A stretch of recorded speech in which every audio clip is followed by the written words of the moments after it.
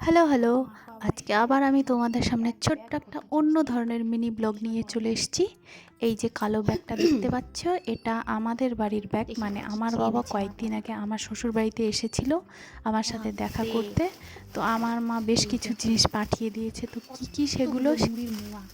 এগুলো মোয়ায় বড় পলিথিনের ব্যাগে করে দিয়েছে বাবা আমাকে। না, এগুলো আমার মা আমার জন্য কি কি পাঠিয়ে দিয়েছে দেখো। এগুলো মুড়ির মোয়া, সাইজ দেখো একটা। ঘি ঘি গন্ধ বেরোচ্ছে মোয়া থেকে। তারপরে এটা কি? ও আচ্ছা, এটা হলো তিলের নাড়ু। দেখো, এই হলো তিলের নাড়ু, এক কৌটো ভর্তি তিলের নাড়ু। তারপর কি আছে? এই হলো মাখনা। দেখো, মাখনা ভেজে দিয়ে দিয়েছে আমার মা। তারপর কি আছে? বাপরে, এই হলো বিস্কুট।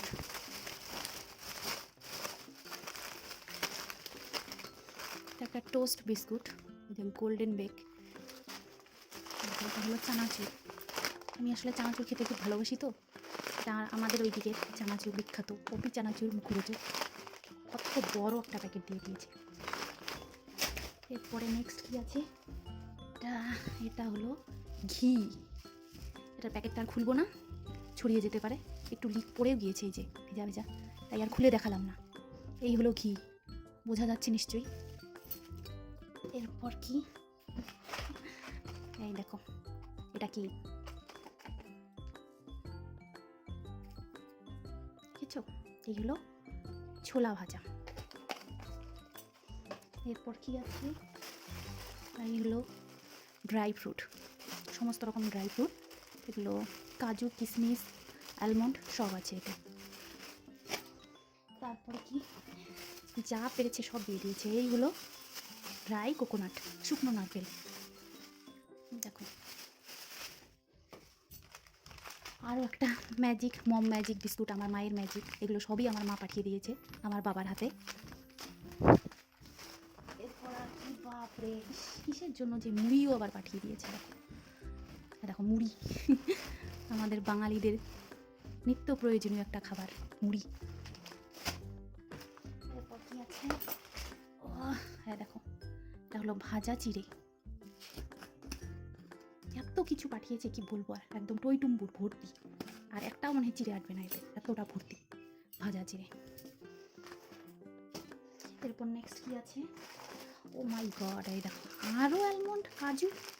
আবার এর আগে দেখালাম, কোথায় গেল প্যাকেটটা? এই যে অ্যালমন্ড, এই যে অ্যালমন্ড।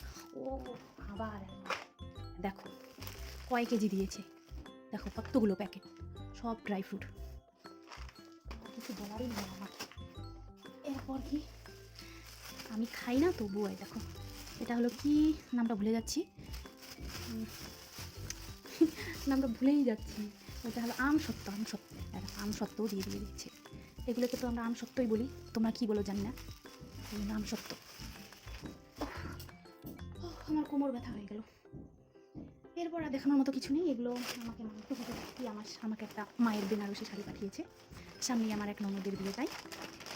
আর কিছু আর কি দিয়েছে? আচ্ছা, এই তো, এটা একটা আমার মায়ের শাড়ি, বেনারসি শাড়ি। আমি মায়ের কাছে চেয়েছিলাম পরবো বলে, পাঠিয়ে দিয়েছে।